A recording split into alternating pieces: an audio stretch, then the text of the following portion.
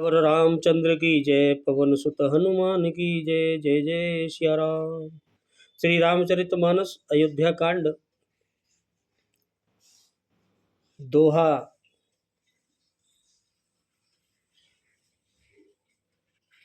39 से आगे प्रसंग 88।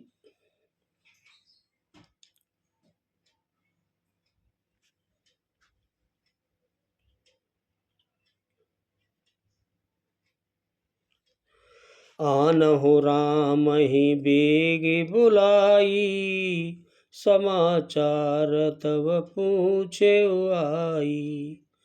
चले सुमंत्र राव रुख जानी, लखी कुचाल कीन कछुरानी। सूखई अदर जरई सब अंगू, मनौ दीन मनहीन भुअंगू। सरुस समीप देख के कई, मानव मीच दरी गन लई। राजा के होठ सूख रहे हैं, राजा दशरथ के, और सारा शरीर उनका जल रहा है अंदर। मानो मणि के बिना सांप बहुत दुखी होता है, ऐसी स्थिति राजा दशरथ की है। पास ही क्रोध से भरी केकई खड़ी है, उसे देखा मानो साक्षात मृत्यु ही बैठी हो, ऐसे दिखाई दे रही है राजा को। राजा के जीवन की अंतिम घड़ियां गिन रही है वो, ऐसे खड़ी है सामने। करुणामय मृदु राम सुबाऊ, प्रथम दीक दुख सुनान काऊ। तदपि धीर धरि समऊ विचारी, पूछी मधुर वचन महतारी। प्रभु श्री रामचंद्र जी का स्वभाव कोमल और करुणामय है। उन्होंने अपने जीवन में पहली बार यह ऐसा दृश्य देखा, ऐसा दुख देखा। इससे पहले कभी उन्होंने दुख सुना भी न था। तो भी समय का विचार करके हृदय में धीरज धरकर उन्होंने मीठे वचनों से माता कैकेयी से पूछा कि माँ, मोई कहो मातु तात दुख कारण, करिय जतन जई होय निवारण। सुनौ राम सब कारण एहू, राजै तुम पर बहुत स्नेहू। और कहते हैं, हे माता, मुझे पिताजी के दुख का कारण कहो, जिससे मैं उसका निवारण कर सकूं, दुख दूर हो जाए इनका, यह नित्य यत्न किया जाए। कैकेयी ने कहा, हे राम सुनो, सारा कारण यही है कि राजा का तुम पर बहुत प्रेम है, तुमसे बहुत स्नेह है, यही कारण है। देन कयनि मोई दुई वरदाना, मांगे जो कछु मोहि सुहाना। सो सुनि भयउ भूप और सोचू, छाड़ न सकई तुम्हार संकोचू। इन्होंने मुझे 2 वरदान देने की कहा था। मेरे 2 वरदान बहुत पहले से इन पर उधार थे। मुझे जो कुछ अच्छा लगा वही मैंने इनसे मांग लिया, और उस मांग को सुनकर राजा के हृदय में सोच हो गया, क्योंकि ये तुम्हारा संकोच नहीं छोड़ सकते। मेरे वरदान पूरा करने में व्याकुल हो रहे हैं। सुत स्नेह हुई तब बचनोत, संकट परेउ नरेश रामा। संकट परेउ नरेश, सकहु यशो धरऊ सिर, मेटऊ कठिन कलेश। मंगल भवु नय अमंगल हरि रामा, उमा सहित जय जपत पुरारी सिया रामा। इधर तो पुत्र का स्नेह है, उधर वचन यानी प्रतिज्ञा है कि राजा इसी धर्म संकट में पड़ गए हैं। यदि तुम कर सकते हो तो राजा की आज्ञा श्रोधार्य करो और उनके कठिन कलेश को मिटाओ। तुम राम सुनो, निदरक बैठ कई कटुबानी, सुनत कठिन तात अकुलानी। जीव कमान बचन सरनाना, मनौ मयीप मृदु लक्ष समाना। के कई बेधड़क होकर बैठी है और ऐसी कड़वी वाणी कह रही है जिसे सुनकर स्वयं कठोरता भी अत्यंत व्याकुल हो जा उठे। ऐसी कठोर बोल रही है।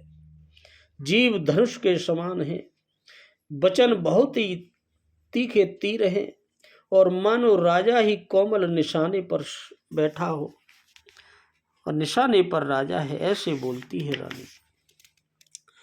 जनु कठोर पनु दरे शरीरु, सिखय मनुष्य विद्यावर वीरु।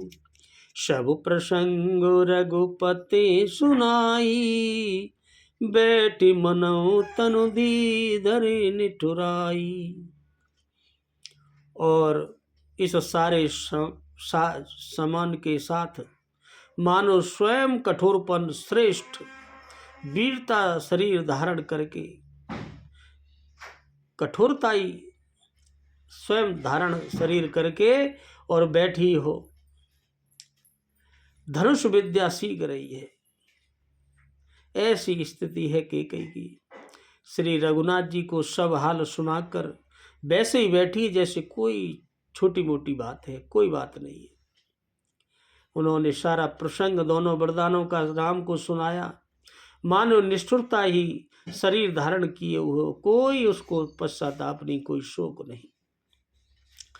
मनु मुस्काए बानुकुल भानु, राम सहज आनंद निदानु। बोले बचन विगत सब दूषण, मृद मंजुल जन बाग विभूषण। और सूर्य कुल के सूर्य प्रभु श्री राम स्वाभाविक ही बड़े आनंद निदान है। श्री राम जी ने मन में मुस्कुराकर सब दूसरों से रहित ऐसे कोमल और सुंदर वचन बोले जो मानो वाणी के भूषण हो, वाणी के आभूषण हो, ऐसे वचन बोले। प्रभु क्या कहते हैं?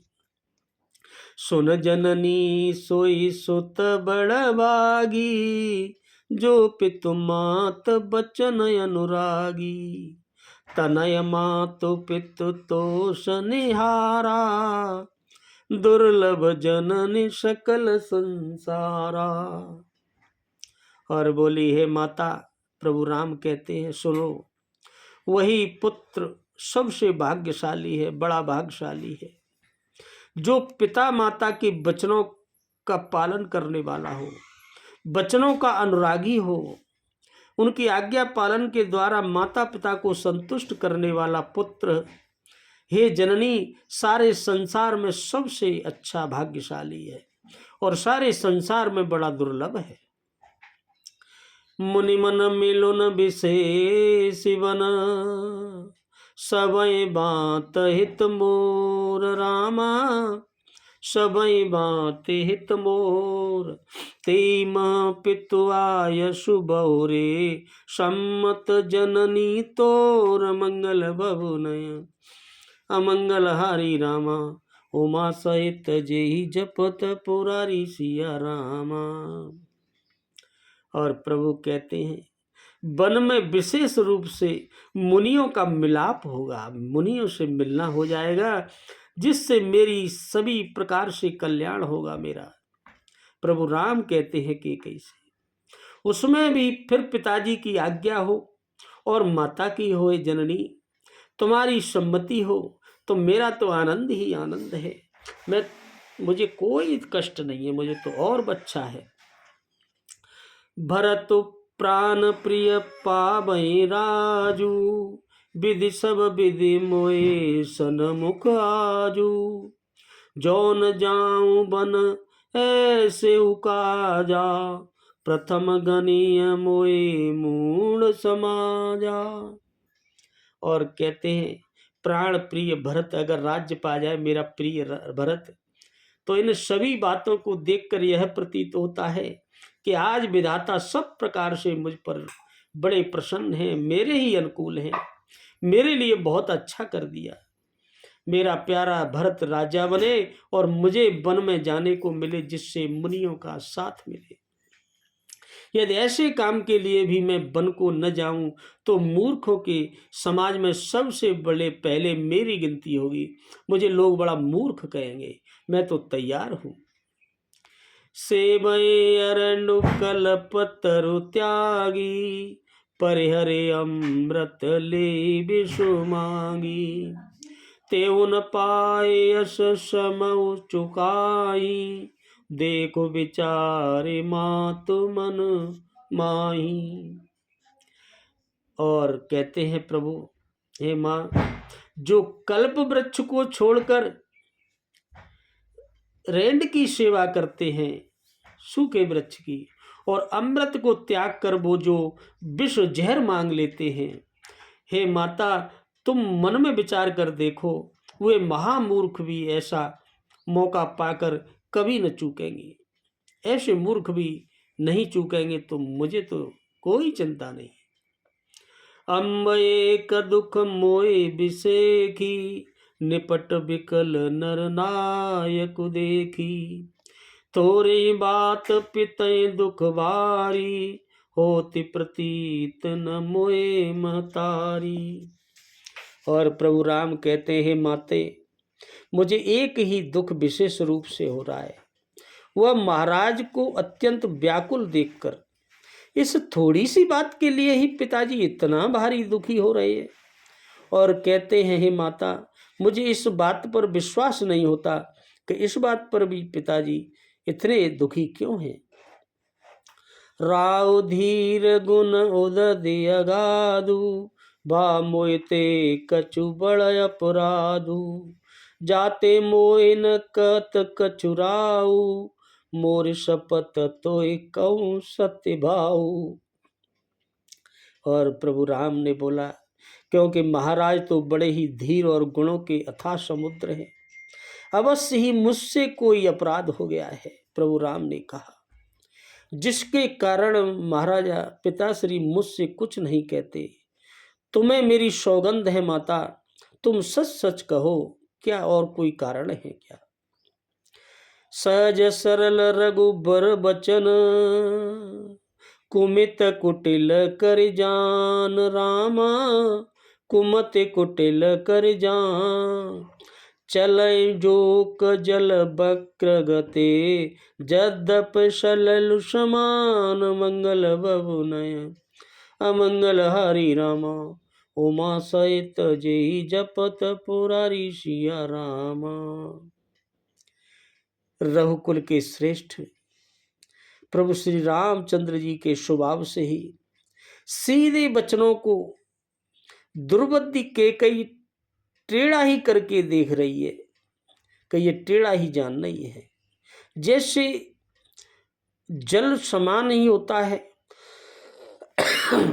जल एक सा होता है, परंतु जोक उसमें में टेढ़ी चाल ही चलती है।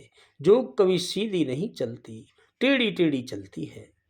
ऐसे ही केकई का स्वभाव है। रसी रानी राम रुख पाई, बोली कपट स्नेहु जनाई। शपथ तुम्हार भरत के आना, हेतु न दूसर में कछु जाना। रानी केकई प्रभु श्री रामचंद्र जी का रुख पाकर बड़ी हर्षित हुई, खुशी हो गई, और कपट पूर्वक फिर भी प्रेम दिखाकर, स्नेह दिखाकर बोली, राम, तुम्हारी शपथ और भरत की सौगंध है, मुझे राजा के दुख का दूसरा कुछ भी कारण नहीं है। केवल यही बात है, मेरे दो वरदान हैं, उन वचनों को पूरा करने से राजा हिचकिचा रहे हैं, इसीलिए दुखी हैं। तुम अपराध जो गुनई ताता, जननी जनक बंधु सुखदाता। राम सत्य सब जो कछु कहूँ, तुम पितु मातु बचन रत हूँ। और कहते हैं, हे तात, तुम अपराध के योग्य नहीं हो। तुम्हारे माता पिता अपराध बन पड़े यह संभव नहीं है, और तुमसे तो बन ही नहीं सकता। तुम तो माता पिता और भाइयों को सुख देने वाले हो हे राम। तुम जो कुछ कह रहे हो वह सत्य है। तुम पिता माता के वचनों के पालन में हमेशा तत्पर खड़े रहते हो। पितई बुझाए कहूँ बल सोई, चौथे पन जे अज सुन होई। तुम सम सुवन सुकृत जय दीने, उचितन तासु निरादर कीने। मैं तुम्हारी बड़ी बलिहारी जाती हूँ। तुम पिता को समझाकर वही बात कहो जिससे चौथेपन यानी बुढ़ापे में इनका अपयश न हो। अब तक इनका इतना यश था, अगर इनने वचन पूरे नहीं किए तो इनका बड़ा अपयश हो जाएगा। जिस पुण्य ने तुमको तुम जैसे पुत्र दिए हैं उसका निरादर करना उचित नहीं है, ऐसे कहती है कैकेयी। लागई कुमुख बचन शुभ कैसे, मगह गया दिक तीरथ जैसे। रामय मातु बचन सब भाए, जिम सुर सरे गत सलिल सुहाए। कैकेयी के बुरे मुख से ये शुभ वचन कैसे लगते हैं, जैसे मगध देश में गया आदि तीर्थ है। मगध में भी तीर्थ है गया, जबकि वहाँ दुष्ट लोग हैं। श्री रामचंद्र जी को माता कैकेयी के सब वचन ऐसे अच्छे लगे जैसे गंगा जी में आकर अच्छे बुरे सभी प्रकार के जल शुभ सुंदर हो जाते हैं। गंगा जी में कोई भी जल मिल जाए वह गंगा जल ही बन जाता है। ऐसे ही राम को सब अच्छा लगता है, कोई बुरा नहीं। गई मूर्छा रामई सुमिरे, नृप फिरे करवटली निरामा। नृप फिरे करवटली, सचिव राम आगवन कहे। विनय समय सब कीन, मंगल भवनय अमंगल हरि रामा। उमा सहित जेहि जपत पुरारी सिया रामा। इतने में राजा की मूर्छा टूट गई, जाग गए। उन्होंने राम का स्मरण करके राम राम कहकर फिर करवट ली और सुमंत्री सुमंत्र श्री रामचंद्र जी का आना कहकर समय अनुकूल विनती की उनसे कि राजा राम आ गए हैं। अब नित्य किन राम पगुधारे, धर धीरज तब नयन उगारे। सचिव संवारे राव बैठारे, चरण परत नृप राम निहारे।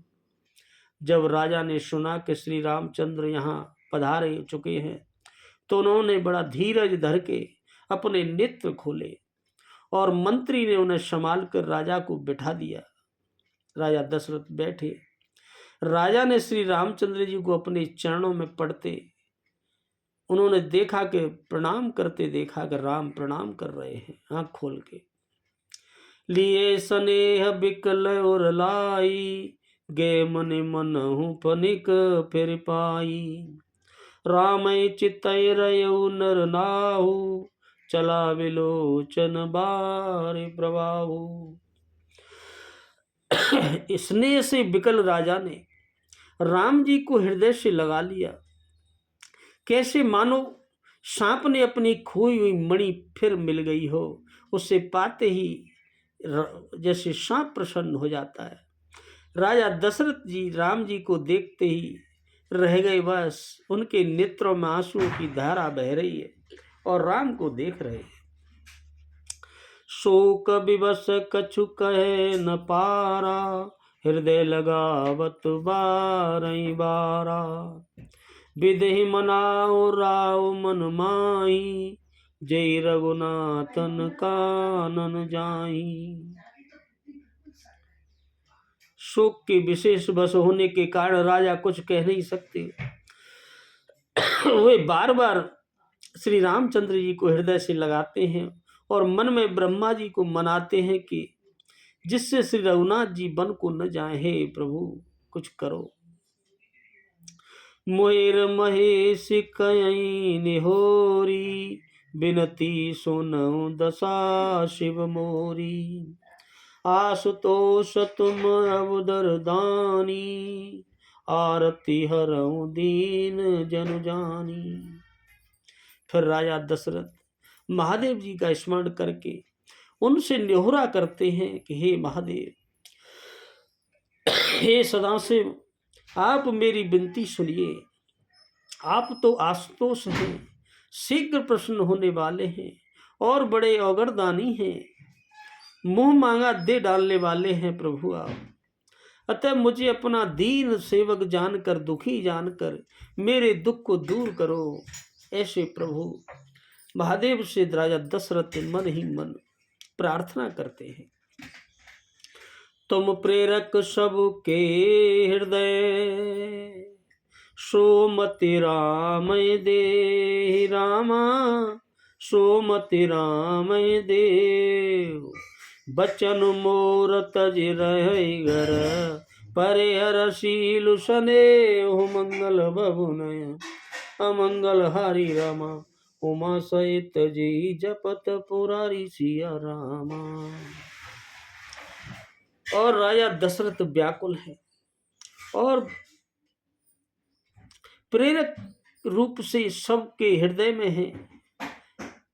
ऐसे महादेव की हृदय में प्रेरणा करते हैं, उनसे प्रार्थना करते हैं कि आप सबके हृदय में विराजमान हैं। आप श्री रामचंद्र जी की ऐसी बुद्धि कर दीजिए प्रभु, जिससे मेरे वचन को त्याग दे और शील स्नेह को छोड़कर वह घर में ही रह जाए, वन को न जाए। ऐसा उसके विचार और उसका हृदय कर दीजिए। ऐसी प्रार्थना राजा दशरथ महादेव से कर रहे हैं कि राम वन न जाए, मेरे वचन को भी तोड़ दें। ऐसी प्रार्थना करते हैं। बोलो सियावर रामचंद्र की जय। पवन